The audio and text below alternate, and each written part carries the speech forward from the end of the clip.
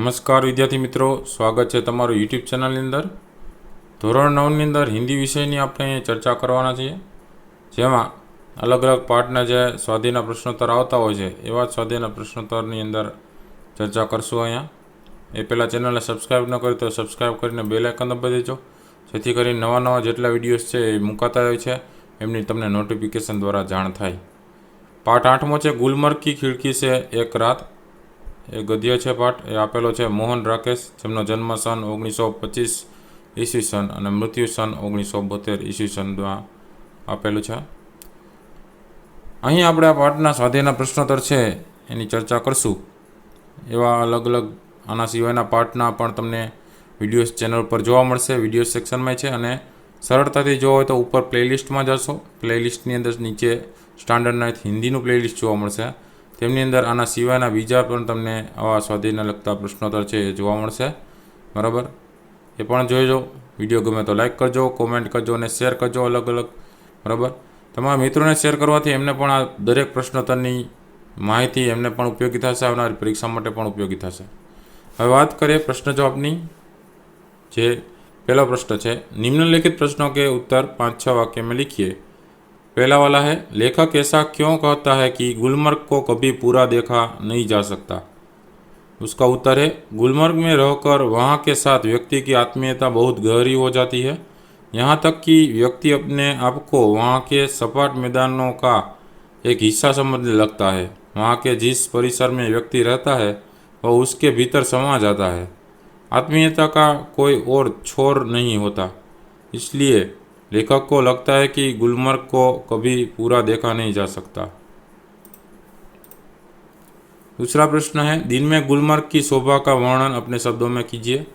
उसका उत्तर है, दिन में गुलमर्ग का हरा भरा स्वरूप आँखों को मुग्ध कर देता है। धरती से लेकर आकाश तक हरियाली ही हरियाली दिखाई देती है। हरी घास के बीच तरह तरह के रंग बिरंगी फूल खिलते हैं। वातावरण में नई नई कोपलें फूट आती है।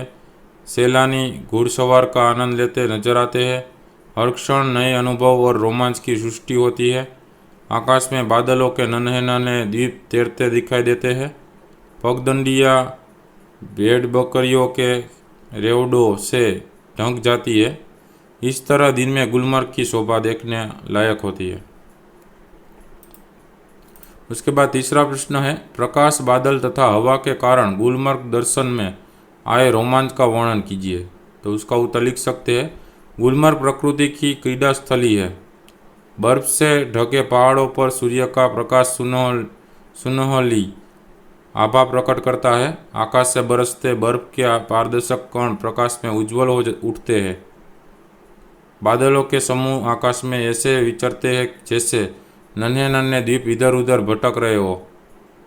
सुहावनी लगने वाली हवा एकाएक तूफान का रूप ले लेती है। तेज हवा के साथ बरसाती घटाएं तेजी से आगे बढ़ती है। बीच बीच में बिजली भी कौंधने लगती है। इस प्रकार प्रकाश, बादल और हवा के कारण गुलमर्ग एक अनोखे रोमांच से भर जाता है। उसके बाद आता है प्रश्न नंबर दूसरा, निम्नलिखित प्रश्नों के उत्तर 2-3 वाक्य में लिखिए। पहला वाला है, गुलमर्ग से विदा लेते समय सैलानियों को कैसा एहसास होता है? उसका उत्तर है, गुलमर्ग में रहते हुए सैलानियों को उससे गहरी आत्मीयता हो जाती है, इसलिए वहाँ से विदा लेते समय उन्हें अपने आप से बिछड़ने का अनुभव होता है। दूसरा प्रश्न है, लेखक ने गुलमर्ग के दिन को वाचाल क्यों कहा? उसका उत्तर है, गुलमर्ग में रात आते ही सब कुछ खामोश हो जाता है। दिन में सैलानियों के कारण वहाँ बहुत चहल पहल रहती है, इसलिए लेखक ने गुलमर्ग के दिन को वाचाल कहा। उसके बाद तीसरा वाला है, लेखक की प्रतीक्षा असफल क्यों हुई? उसका उत्तर है, लेखक तूफानी हवा के साथ आ रही बरसती घटा से घिर जाने की प्रतीक्षा कर रहा था, लेकिन तूफान रुक जाने से घटा उस तक नहीं पहुंची, इसलिए लेखक की प्रतीक्षा असफल हुई। प्रश्न नंबर तीसरा है, निम्नलिखित प्रश्नों के उत्तर एक एक वाक्य में लिखिए। पहला वाला है, गुलमर्ग का भौगोलिक वातावरण कैसा होता है? उसका उत्तर है, गुलमर्ग ऊंचाई पर पहाड़ियों से घिरा हुआ ठंडा स्थान है। दूसरा वाला है, लेखक ने गुलमर्ग के साथ व्यक्ति की आत्मीयता बढ़ने का क्या कारण बताया है। उसका उत्तर है, लेखक ने गुलमर्ग के अपार आकर्षण को उसके साथ व्यक्ति की आत्मीयता बढ़ाने का कारण बताया है। तीसरा वाला प्रश्न है, सैलानी कब और क्यों सीहर जाते हैं। उसका उत्तर है, सैलानी बर्फबारी होने पर अत्यंत ठंडक के कारण सीहर जाते हैं। उसके बाद चौथा वाला प्रश्न है, खिड़की के पास खड़ा लेखक बरसाती घटा को देखकर किस बात की प्रतीक्षा करने लगा। उसका उत्तर है, खिड़की के पास खड़ा लेखक बरसाती घटा को देखकर इस बात की प्रतीक्षा करने लगा कि वह घटा उस तक पहुँचे और उसे अपने में लपेट ले। उसके बाद पांचवा वाला प्रश्न है, तूफान के एकाएक रुक जाने पर लेखक को कैसा अनुभव हुआ। उसका उत्तर है, तूफान के एकाएक रुक जाने पर लेखक को ऐसा अनुभव हुआ कि जैसे उसका दम घुटने लगा हो।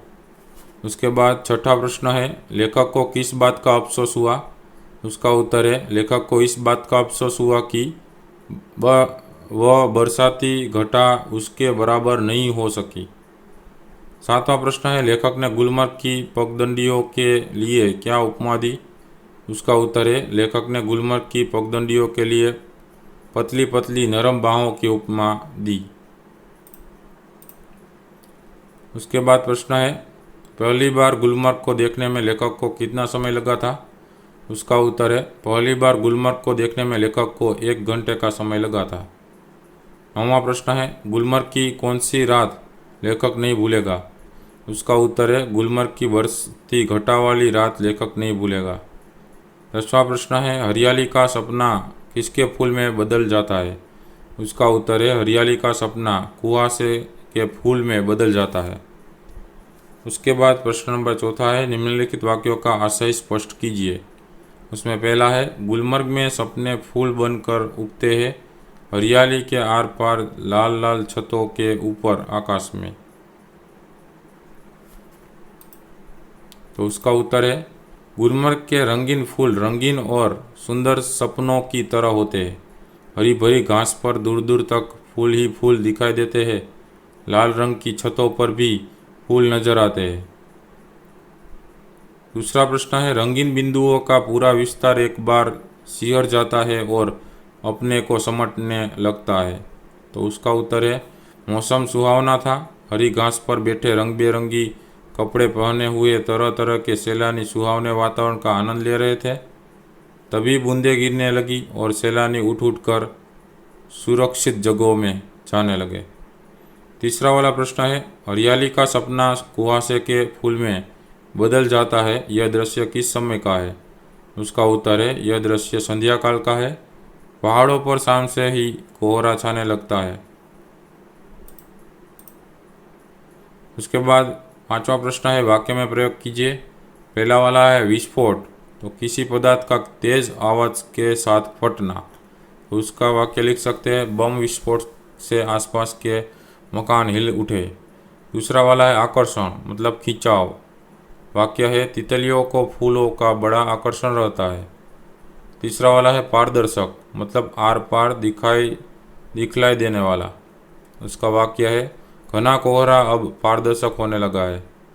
चौथा वाला है रोमांचक, मतलब रोंगटे खड़े कर देने वाला। उसका वाक्य है, जादूगर ने बड़े रोमांचक खेल दिखाए। तो विद्यार्थी मित्रों, હવે તમને ખ્યાલ આવી ગયો છે કે અલગ અલગ પ્રશ્નોના જવાબ છે એ કઈ રીતે આવે છે। આ હતા સ્વાધ્યાયને લગતા પ્રશ્નોત્તર। આવા અલગ અલગ ચેનલ ઉપર ઘણા બધા વિડીયોઝ મૂકતા હોય છે, તો ચેનલને સબસ્ક્રાઈબ ન કરી તો સબસ્ક્રાઈબ કરીને બેલ આઇકન દબાવી દેજો। સાથે વિડીયો ગમ્યો હોય તો લાઇક કરજો, કોમેન્ટ કરજો અને શેર કરજો તમારા મિત્રોને, જેથી કરીને આ પ્રશ્નો આવનારી પરીક્ષા માટે પણ એમને ઉપયોગી થાય। અલગ અલગ પ્રશ્નો છે આવા બીજા ઘણા બધા મૂકાતા રહે છે। આ હતા સ્વાધ્યાયના પ્રશ્નો। આના સિવાયના હજી બીજા નાના પ્રશ્નો છે, બરાબર, જેને આપણે કહીએ છીએ હેતુલક્ષી પ્રશ્નો। એનો બીજો વિડીયો છે એ મૂકાય છે, તો એ પણ તમે જોજો, બરાબર। અને એના માહિતી પણ તમને વ્યાકરણલક્ષી અને હેતુલક્ષી પ્રશ્નોત્તર તરીકે જે પાઠને લગતા નાના પ્રશ્નો અને વ્યાકરણલક્ષી પ્રશ્નો એ વિડીયોની અંદર તમને જોવા મળશે, બરાબર। તો એ પણ તમે જોઈ લેજો। Okay, bye, have a nice day, take care.